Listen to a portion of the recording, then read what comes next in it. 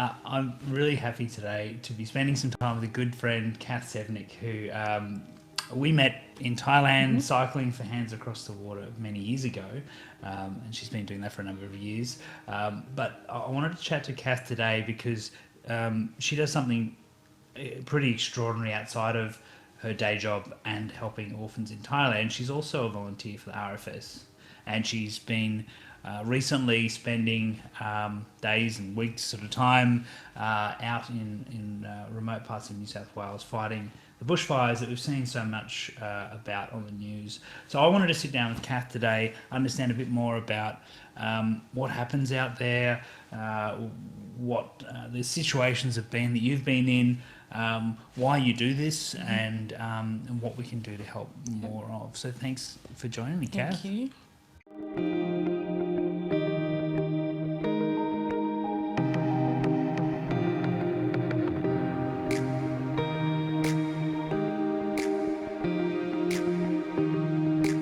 So first of all, just tell me a bit more about how you got involved in the RFS and what you do there. So I probably joined about 3 to 4 years ago, and it was more wanting to do something for the community but not really knowing what I wanted to do. Yeah. I actually had a conversation with my sister who was in the SES in Victoria, and then decided that maybe I'd try RFS as something a bit different. But I want to do something different. I want to learn something different other than what I did during the day. I kind of didn't expect to learn as much as I did, or to have as many out there skills offered to me that I would never have considered doing before. So that's been something that sort of surprised me, but was really welcome. Yeah, cool. What are some of the cool skills you've learned? I mean, obviously the basic sort of firefighting stuff. I'm a chainsaw operator, and you can do village firefighting for structural entry. You can do advanced. You can, first aid your thing. You can do first aid. You can do crew leader and look after multiple trucks. There's some arduous type training as well. So there's a lot of different courses that they offer, and they're things that working in an office daily I'm never going to do, and I certainly wouldn't have picked myself as a chainsaw operator 5 years ago. And you said you wanted to do something different from your everyday job. Some people do yoga, some people learn to paint or another language or run triathlons. Why why firefighting, volunteering? I don't have the patience for yoga or languages or the skill not level. I don't know. I think I want to do something physical. Okay. It was just something to get you out. Something outdoors was really appealing as well, and just something community based. I thought, try it. You don't like it, try something else. Yeah. And I ended up staying. So, yeah. And you're underplaying it here, but there's a level of selflessness that doesn't exist in some of those other options, right? Yeah, I think you get more out of it than you give, and it's the same as when we rode in Thailand. People go, oh, that's so great that you're doing that. And you kind of feel almost guilty because it's like secretly, you get more out of it than you give. And it's like, it's kind of not like that. And it's very similar with RFS. You get so much more out of it than you put in. And I think that's very different from, yoga and languages for me anyway. Yeah. Okay. I get that. So tell me about some of the people you've been out there fighting fires with. We see on the news people in their firefighting gear, hoses, and I know I've had some experience with the SES. When everyone's in full kit, they all look like they're very official people. But who are these volunteers when they're not there? What are the sort of people? We have uni students. We have a couple of paramedics, police officers, detectives. We've actually got a fire and rescue supervisor who's actually our captain. We've got people that are TAFE teachers for electricians courses. People that do quality roles. People that do childcare. Like a huge range of backgrounds. We've got people that are retired and have more time and used to work in the medical profession.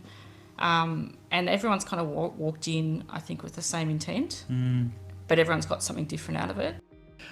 So tell me about some of the experiences that you've had. Where were some of the places that you were firefighting recently, Yep. and what was the experience there? I've been up to Drake and Tenterfield twice this year. Unfortunately, they've been hit twice, and it's a tiny little town. And I actually ended up going back with a car full of donations and did a 10-hour drive up there early December. Wow. And you don't realise that was a really good eye opener for me of what happens when the trucks leave. Yeah. And it was not what I expected, and a lot of legacy work to be done to rebuild that town. The media stops, the fire trucks leave, they've run out of water, they don't have food for the horses, their fire damage, insurance hasn't paid, they've got nowhere to live, and now they're just there on their own, and they're a small town, the hay bale runners drive straight through to the big towns and drop off when you don't have a big voice, it's really difficult. But I think it was a great opportunity to understand what happens, because it's great for us as fireys to go in.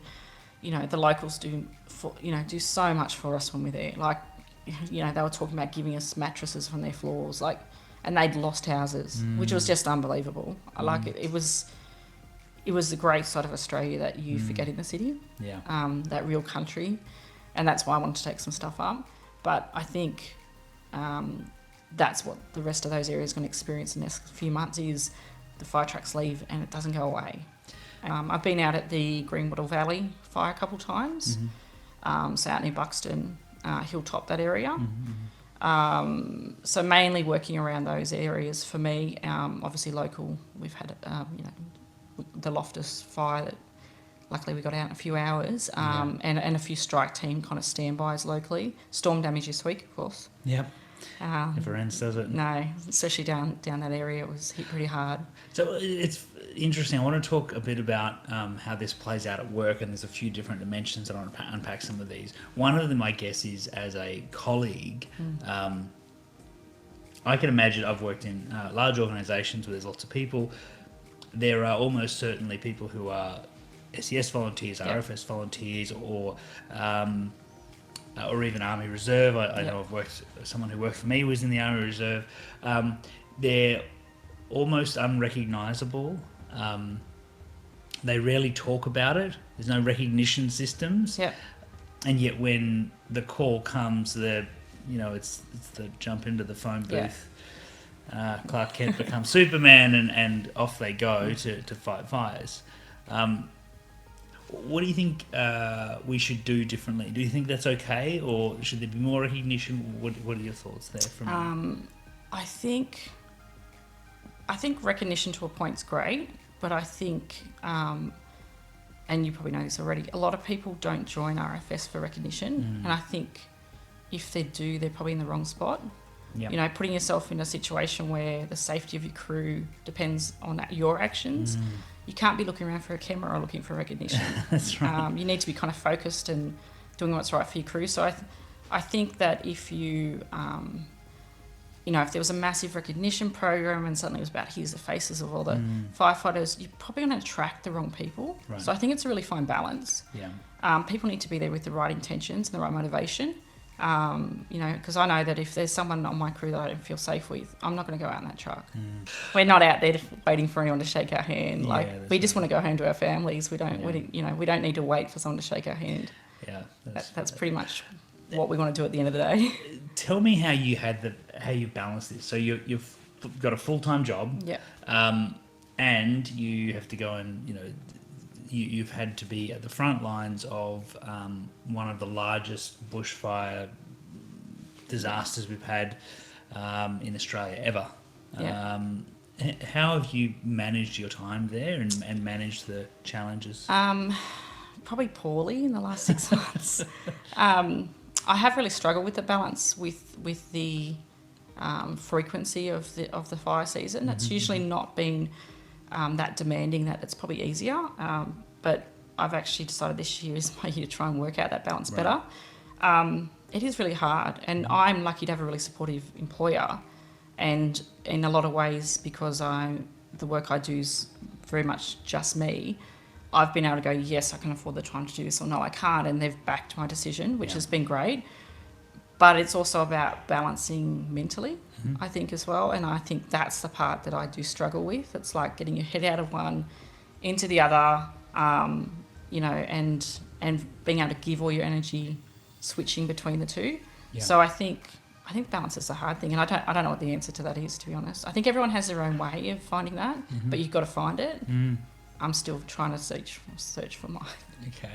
Well, so you've got a supportive employee. You said, what are some of the great things that they've done that have sort of been helpful? Well, when I actually first started there, I'd only been there 5 weeks, and the Liverpool Moorebank fire was on, and I was like, I needed to go and do some night shifts, and been there 5 weeks and basically told them I wasn't going to be in for 2 days. Right. And I think first, you know, and then they're like, no, do what you need to do. And when I got back, I don't think they comprehended what we were doing out there, but some of them did live in that local area. Right. And I actually had the 2 directors both come up to me and say, look, we really appreciate what you do. We've got friends that live on the edge, and we didn't realise, you know, how bad it was, and just actually came up and showed their personal thanks, which was really lovely. Yeah. So, you know, we've talked about, I don't expect to be paid. They're a small to medium business. It's not their responsibility to pay for me to go firefighting, and I don't expect that, so that's my decision. However, they've found ways to kind of be supportive, you know. They decided, I just said, you know, I just don't want it recognised as leave without pay. I just disappear. Imagine management changes and they're going, why is she always just disappearing? I just said, I just want to sort of put somewhere that it's called even a community leave, that it's acknowledged it's not me just wandering off. Yeah. And that's all I sort of said, and they came back and said, you know what, we've thought a little bit further, and we actually would like to make it that you can access your personal leave to cover your salary when you go away. Yeah, which is, they didn't have to do. It was really generous. And I said, look, I don't expect it. And they said, look, we're just thinking we get people in the future. You know, yes, it accesses your, you know, if you get sick, we'll talk about it then and work it out. But it was them thinking one step further than what I'd asked, which was really lovely.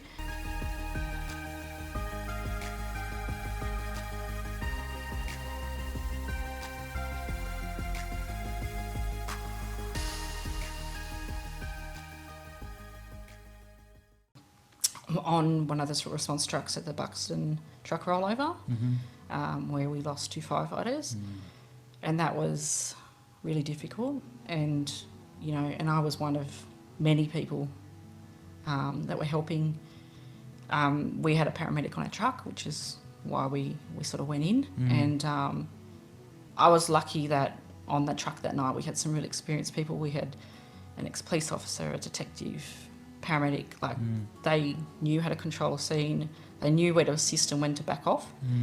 But for me, like, that was the first time I'd ever been to anything like that. So I'm grateful that I had a really good crew with me, but it's certainly not something I'll ever forget, and it's certainly something that's taken a lot of time to process. And that's for someone who didn't know them and was a stranger, walked on scene. So I can't even imagine the processing involved for the people that were there and witnessed, and for the families. Like, you know, I just think, wow, you know.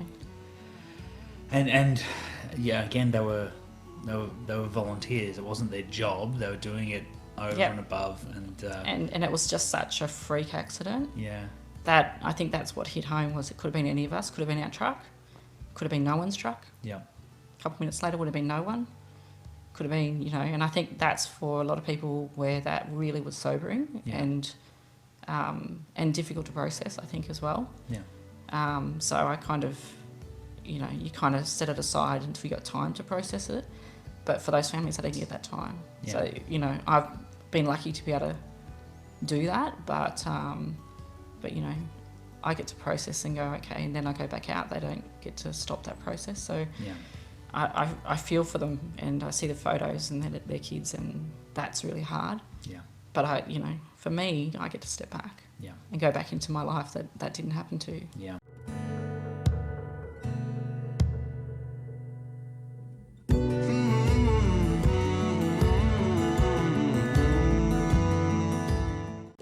It worries me that we can forget this stuff so quickly. It worries me that we can live in, if you live in the eastern suburbs of Sydney, bushfire just doesn't exist for you unless it upsets your air quality for a few days. Yeah, and I think, you know, like even down south of Sydney, down our area, there's been firefighters lost locally. You know, from the 70s, from different times, and we have our fire control that remind us of the anniversary of those, but they're so before my time. Sometimes it's hard to associate that, and then when it happens in your time, you sort of go, wow, those families 20, 30 years on are still dealing with that. And some of these, were kids. They're really young guys that had everything, and you forget that it has happened, and those families still deal with that every day. And I think in Sydney we can kind of become numb to it. I was talking to a girl at work there, a month or two before, and we were talking about bushfire plans, and she said, I've always just assumed I've got 2,000 houses around me, I'll be fine. I said, you're in a new estate, and on the edge of that estate is actually one of the fires is probably 10 k's from your house. You realise that? She goes, no, but we've got 2,000. I said, it's not the fire front that's going to take your house, it'll be the burning embers. Yes. I said, if there's strong winds blowing, that ember could jump all those houses and land on yours. And she was, yeah, that's what they say. I said, they don't just say it, they actually, it happens. Yeah. And I think because people live in a populated area and all these estates are expanding, they think they're safe. Yeah. And it's not about scaring people, but I think it's about them going, you know what, just because you live in a city doesn't mean this doesn't affect you. Yeah. And it doesn't mean it doesn't affect your neighbour or the person around the corner or the person you see at the shop, And I think, as awful as the season's been, it's obviously given it a really good profile for that, which is a shame that it had to be something like that. We don't need to have that sort of devastation. Yeah. I don't think we should need that in order to realise the amazing work that people like yourself do, the amazing importance of preparing for and being ready for these things, and also investing as a community in areas that aren't right where we stand and live. Yeah. And I think working around some of those smaller stations, like, their opportunity to fundraise is really limited. Their access to some equipment is really limited. They work on skeletal stuff, and they certainly don't have the members to rotate like we do, so they do a lot more commitment to the station, and so they're really there because it's their community. Yeah. Sydney can kind of be disassociated a little bit, and Sydney, we get access to great fundraising pools, and I was talking to someone about fundraising the other day, and I said, it's just sad because not only are some of the stations being lost, but if you think about it, like, we access all that millions of people for fundraising. You go to a regional town and they've got a limited supply of fundraising opportunities anyway. Yeah. But now all those people have lost their own homes. So what advice would you give to the everyday punter who's seen all of this? Now they're aware of the importance. They want to do something to help. Yeah. Their go might not be to go and jump on a fire truck or join the RFS, but what would you encourage them to do? I think if you live in an area that has an RFS station, go in and have a chat to them. Ask them what they need. It's probably the thing. I think people assume that just given this, they'll need that. And it's like, well, they might have actually needed lip balm or, cool scars or bottles of water or ice blocks or, something else. But I think it's sort of like, just send that there, they'll be fine. Go and actually have a chat to them and say to them, what do you need? Like, I'm not going to be a fiery, but is there something that if it really goes down, what is it that you're going to need up here? Are you going to need soft drink? Are you going to need someone to organise? I can even help in the kitchen. I mean, there's people that don't do frontline firefighter roles in the volunteers. We have catering officers, we have people that do the finance, people that just stay at the station, take the phone calls. Yes. And I think, though, the best thing I would advise is to make it local. And if you're looking at donations, walk into your local station and give it to them.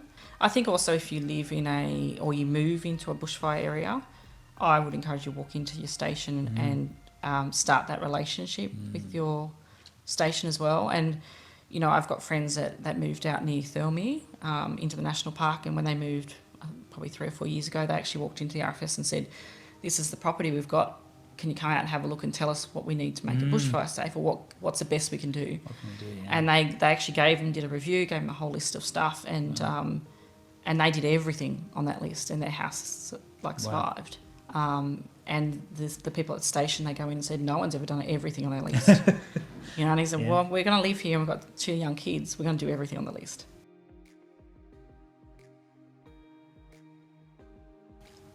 Don't want to go political or in any way, but in my view, there's been some demonstrations of really great leadership shown during this period, and some questionable leadership, let's say. What are some of the things you've seen that you've been really impressed or inspired by?